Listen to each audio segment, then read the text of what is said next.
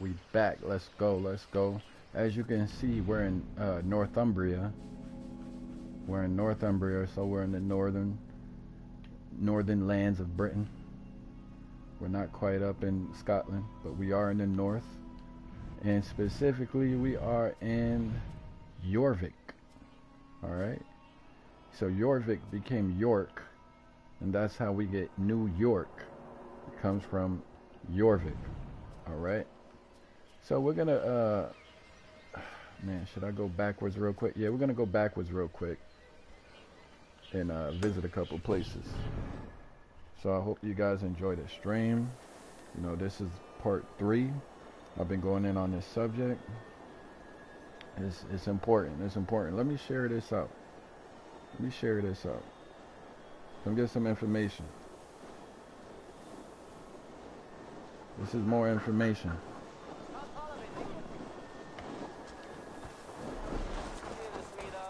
So we're gonna make our way. Man, we gotta go back over here. Alright. Make sure y'all hit the like button and support the stream. Y'all know we do these virtual tours. We use the game as a learning tool. So definitely support the stream, y'all. Support the stream, hit the like button. If you're not subscribed, make sure you subscribe, man. Alright, we got some information right here. Let's go.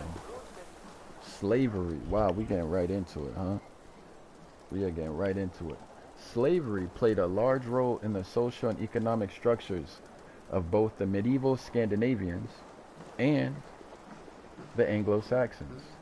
So when I see the term medieval Scandinavians, that got to be the people that didn't migrate to Britannia, the old Roman province. And then Anglo-Saxon, they're telling us that these are two distinct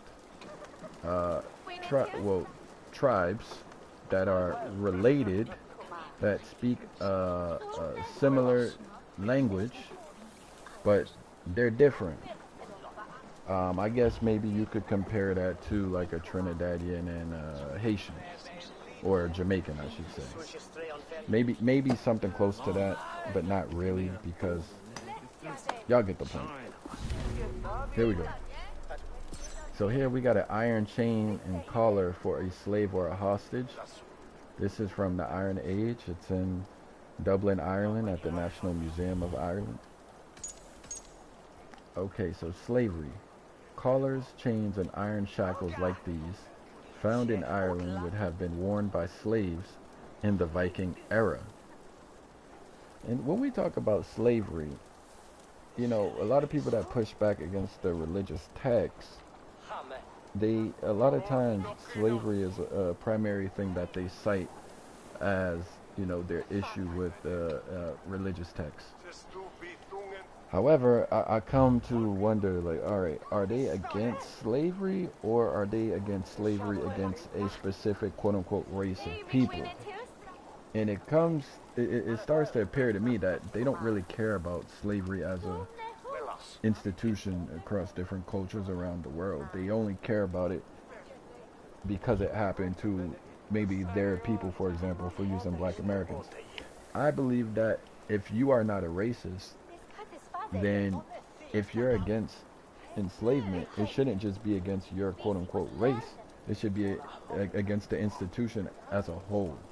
That's how I think.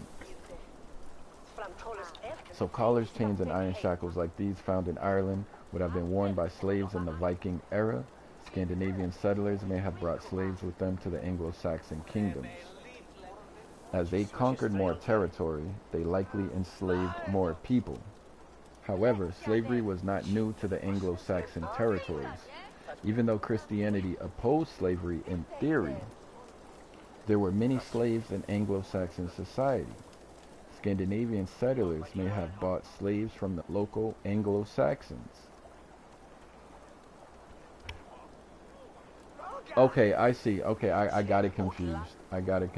I'm confusing the Norse or the Viking people with the Anglo-Saxons. I should never do that. The Norse people, they come from the lands of Scandinavia, which is Norway, Sweden, etc. The Anglo-Saxons are the people from the Denmark, northern Germany area. Okay. Slaves were used by both Anglo-Saxons and Scandinavians for work in farming, construction, and more. While slaves had no rights, after a time, some might be able to save money to buy their freedom.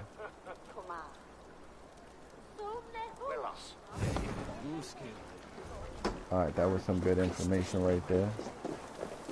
You know what? Since we already here, let's just get into it, man. So what is she doing? Is that a woman? I wonder if this is accurate, that women would be doing this in Anglo-Saxon society. I tend to think that this is not true. But hold on, let me see.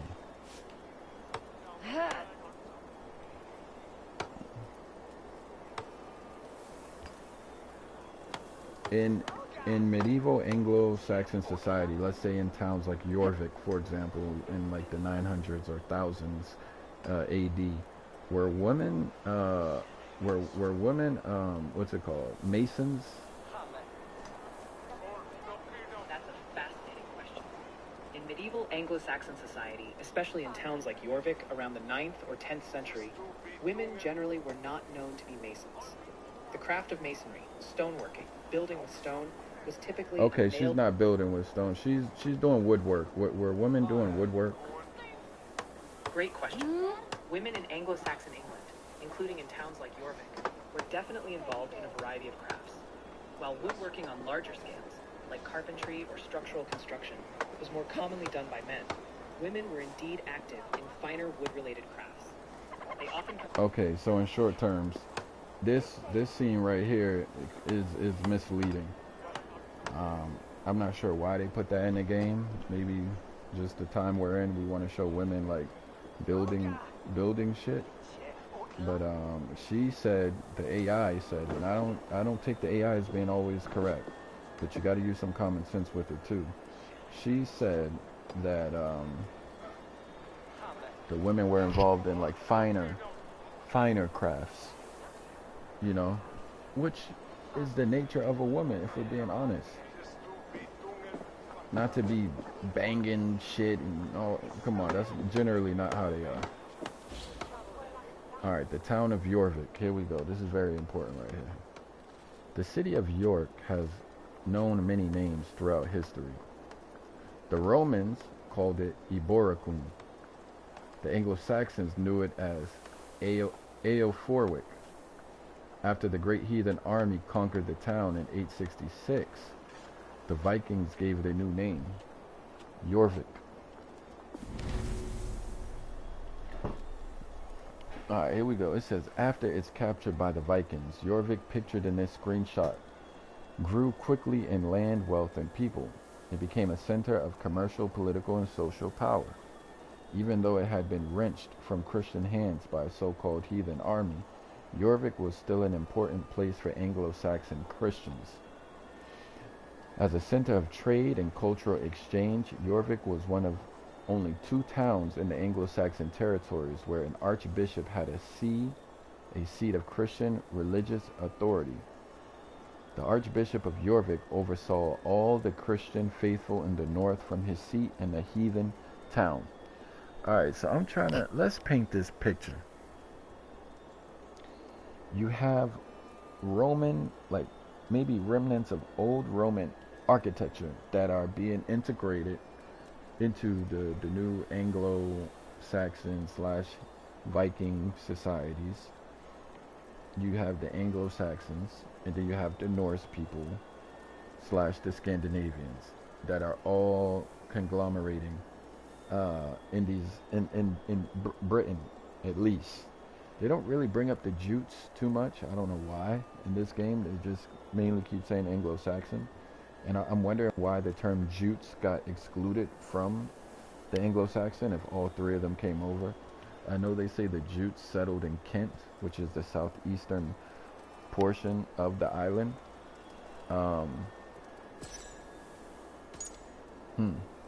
So this is like an interpretation, a virtual interpretation of what it would have been like. Very, very interesting. You know, shouts out to Assassin's Creed, man. They do great work. Ubisoft, they do great work. Shouts out to them, man. Word.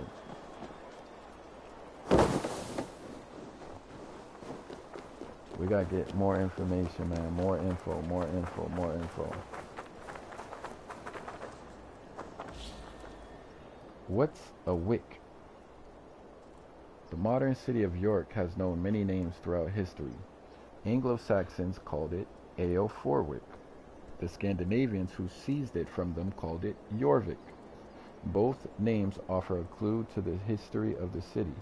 Yeah, the words sound the same. Eoforwick, Jorvik sounds the same. Eoforwick and Jorvik. The words wick and vic refer to an emporium, a place of exchange or trade where scales like these might have been used to weigh silver. When looking at a historical map of northern and western Europe, one can see many towns whose names end this way, suggesting that they were once trading centers like Jorvik. That's great information. Great information right there. And I had someone say that. I give Marquise a lot of credit. He's been saying that, look into the names of these places. Study the wars. That's what he was saying. There is a theory that the word Vic, combined with Inger, is at the root of the word Viking itself. Inger means those who belong to. Together with Vic, it creates those who belong to the place of trade or exchange. The Vikings may have been called Vikings because they were traveling from trading center to trading center. From Vic to Vic. The word Vic also means bay or inlet in Old Norse, which could also be at the root of the word Viking. That is great information right there. So this is a rusted scale, once perfect for trade, from the Viking age. This is in this is a part of the York Archaeological Trust in York, United Kingdom. That's great information. So Vic or Wick means like a trading center or an inlet or a bay. Inger is one who is from.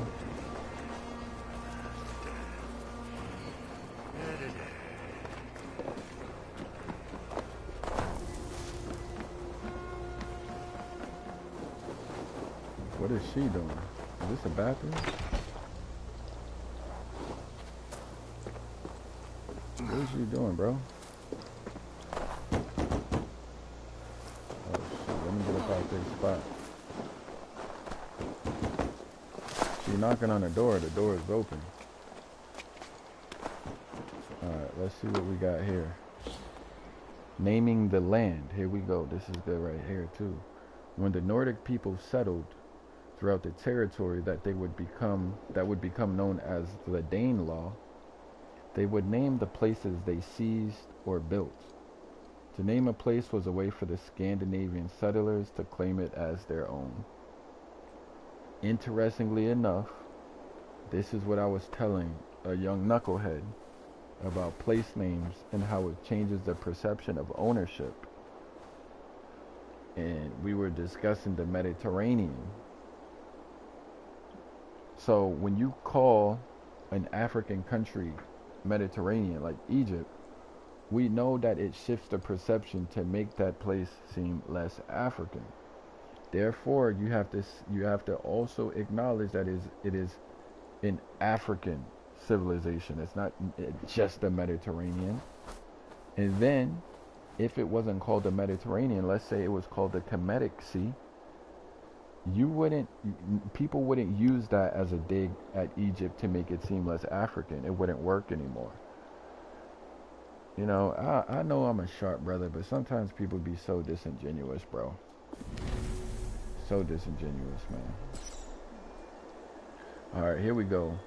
This is an artistic map showing a selection of Old Norse place names in England. So we got Skipsea. So Old Norse. Okay. Norse. Okay. Selby, Grimsby, Jorvik, Harrogate, Northumbria. This map shows a selection of locations in Anglo-Saxon Britain whose names have their origins in Old Norse. The Scandinavians were not the only people to name their surroundings. The Anglo-Saxons had named their cities and towns before the Vikings arrived, and they continued to rename them long after the Vikings settled. For example, the Roman town Eboracum was called Eoforwic by the Anglo-Saxons, renamed Jorvik by the Vikings, and is today known as York.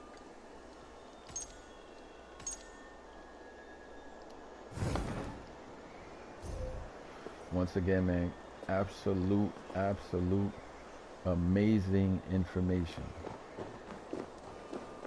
Don't get much better than that. What they gonna say, man? What they gonna say? When I bring up all these facts, what they gonna say? They gonna use the AI to try to dispute me? Like, come on, yo. Like, I do this, and I do it alone. I do it by myself. I do it at my pace. I do it because I want to do it. I don't do it for views. Shouts out to the ones that participate. The small select few. I mess with them. There's no drama over here. There's no entertainment. It's strictly information. And I play my video games, man. It's that simple. That simple. Like, a lot of people I know, they get online to be a part of like communities. I'm on here for the same reason I got on here. Information. Alright, what's going on here?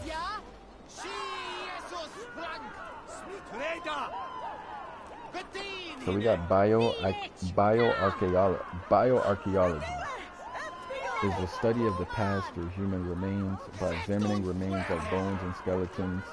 Bioarchaeologists can gain insight into past societies. Alright, one way that bioarchaeologists study the past is through the stable isotope analysis. Stable isotopes are atoms with the same amount of protons and electrons, but different number of neutrons. Their components do not decay over time. By studying stable isotope ratios in human bones, such as this skull, bioarchaeologists can learn about the eating habits and migration patterns of ancient humans. Alright, that's dope right there. So we're gonna get into bioarchaeology as well. This is a human skull under analysis from the Viking Age, Repton Charnow Trench in Repton, United Kingdom. I guess whoever posted this or contributed this or something is named Katrine Jarman or Jarmaine.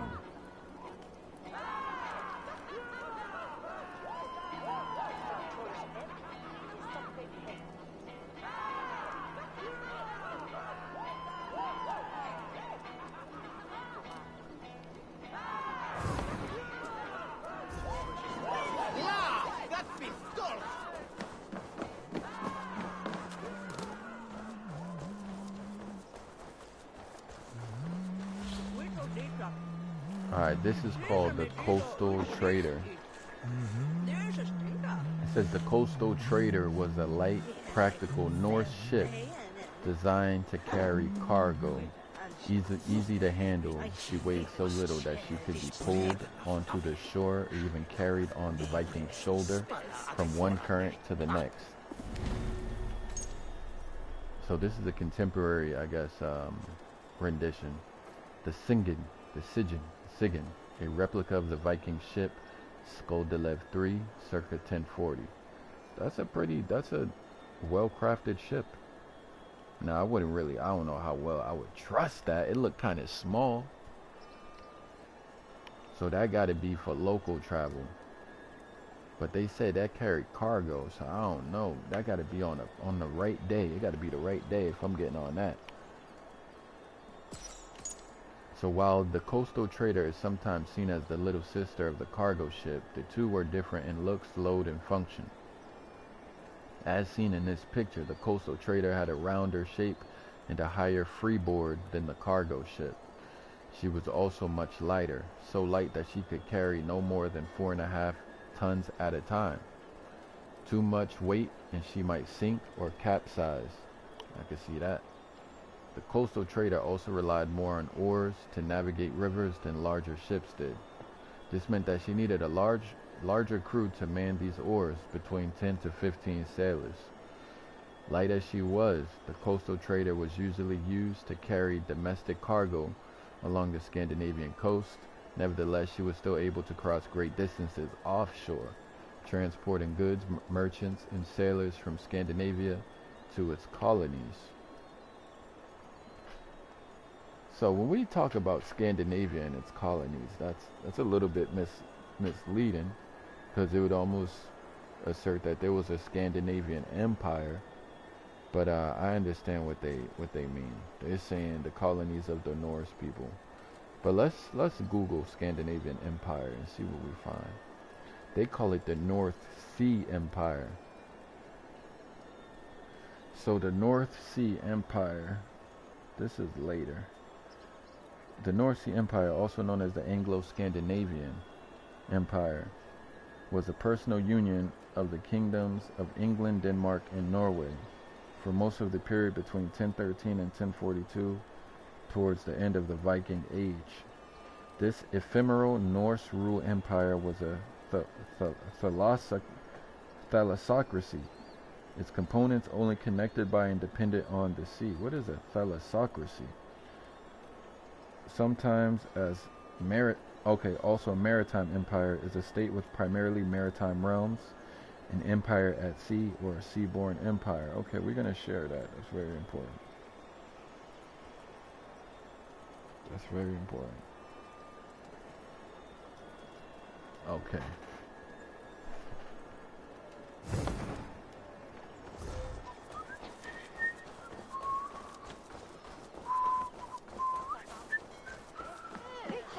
Who's whistling like that?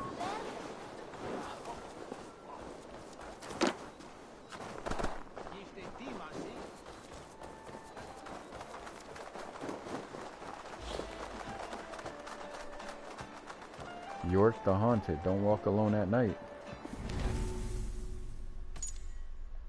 I don't know if you like rumours, but I do, and rumour has it York is one of England's most haunted cities. Built by the Romans, it's said that ghosts of fallen soldiers still roam the city, inspiring a locally brewed beverage, the Centurion's Ghost.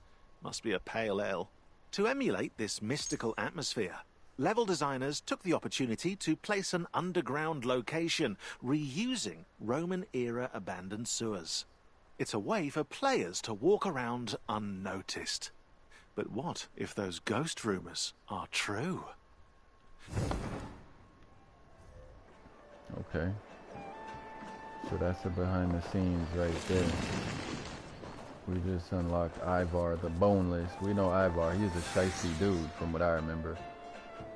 I had to take him out. Get rid of him. Alright.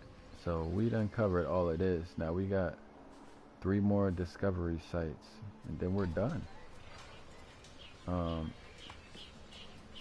We may as well get it done, man. We may as well get it done.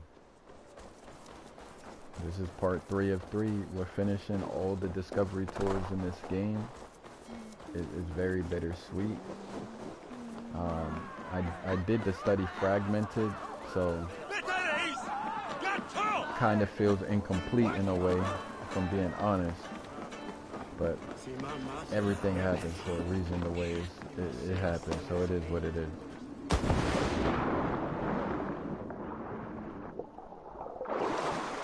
Alright. I see Trig over there. I already done these missions, but I didn't do the discovery tours and whatnot, so I gotta do those.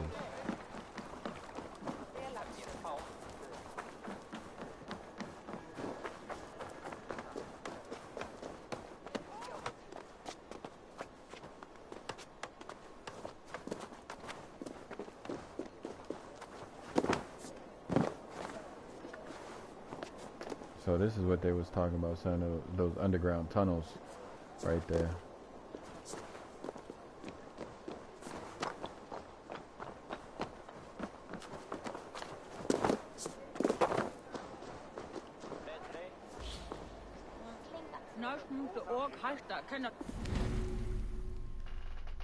It seems that Vikings and Anglo-Saxons could roughly understand each other at the time, as both of their languages sounded similar and had diverged only a few centuries before. To help actors during the recordings, the voice design team relied on linguists such as runologist Maya Bakval of Uppsala University. Uppsala. It makes me kind of happy, that word. Lines were then written in 3 versions: in English, for context, in the original language, Latin, Old Norse, Old English, and in phonetics for accurate pronunciation. Pronunciation, like that. Interestingly, it felt quite natural for Icelandic actors to pronounce Old Norse. Well, they wouldn't need a dictionary if their great-great-great-great-grandparents were around to translate, though that would be very unlikely. Alright, that was cool too.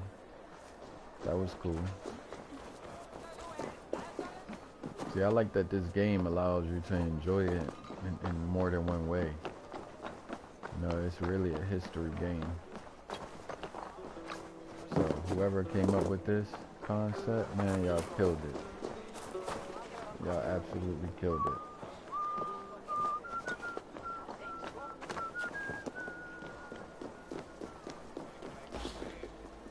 Jorvik's architecture, a booming city under Viking rule. Jorvik, now called York, is a great example of how Anglo-Saxon and Norse civilizations merged over time. Its multiple docks and narrow streets filled with exotic supplies welcomed international traders year-round. To represent this thriving hub, level artists and level designers used Coppergate, one of the city's most notorious landmarks. Known at the time as the Cup Street, where merchants sold handmade cups and pots, it was taken as a reference and extended to the rest of the town. With its small wooden houses and stalls tightly built together, Jorvik clashes with stone-built Anglo-Saxon towns. So essentially this city or town, whatever it was or whatever it is, it was originally built by the Romans, and I guess then inhabited by the Anglo-Saxons solely when the Romans left, and then the Norse came and took it over, or the Vikings came and took it over, and then blended their culture.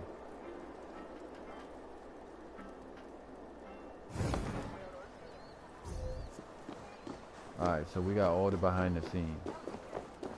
And that's the way we're going to continue this, because I didn't do all the behind the scenes, so we're going to get all the behind the scenes, man, all of it. We got 3 more discovery tours.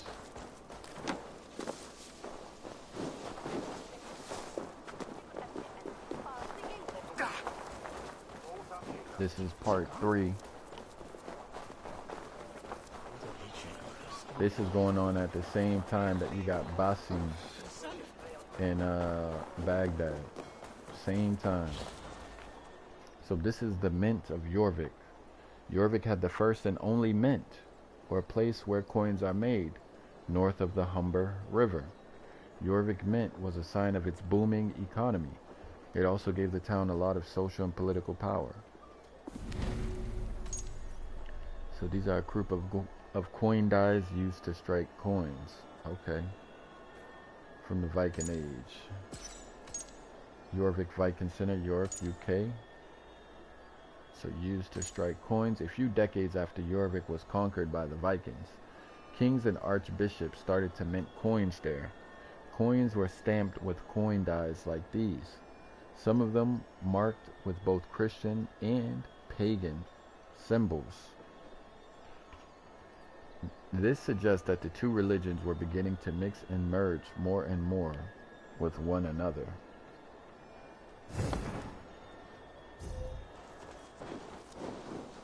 That's very interesting. And that's how you can see how some religions have pagan aspects to them, because they blended.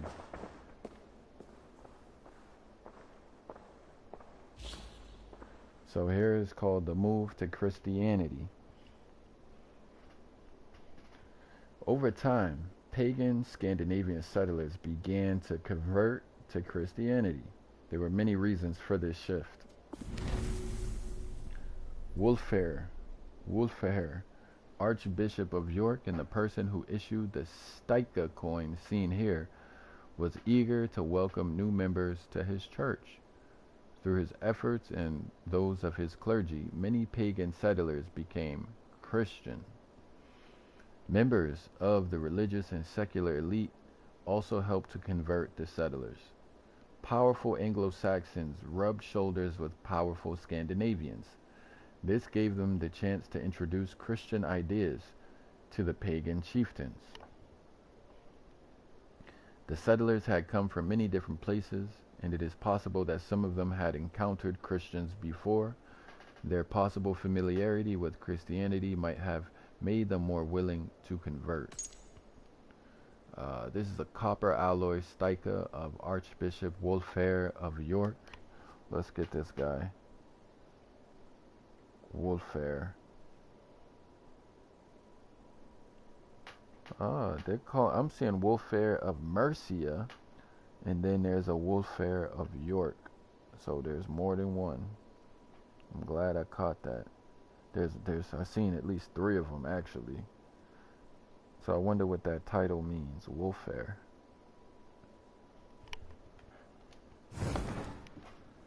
Alright, we have one last discovery tour.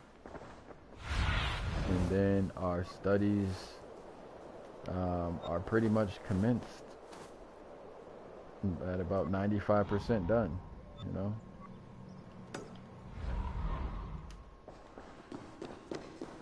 We will be back. There's not much else to do. Pretty much this is it.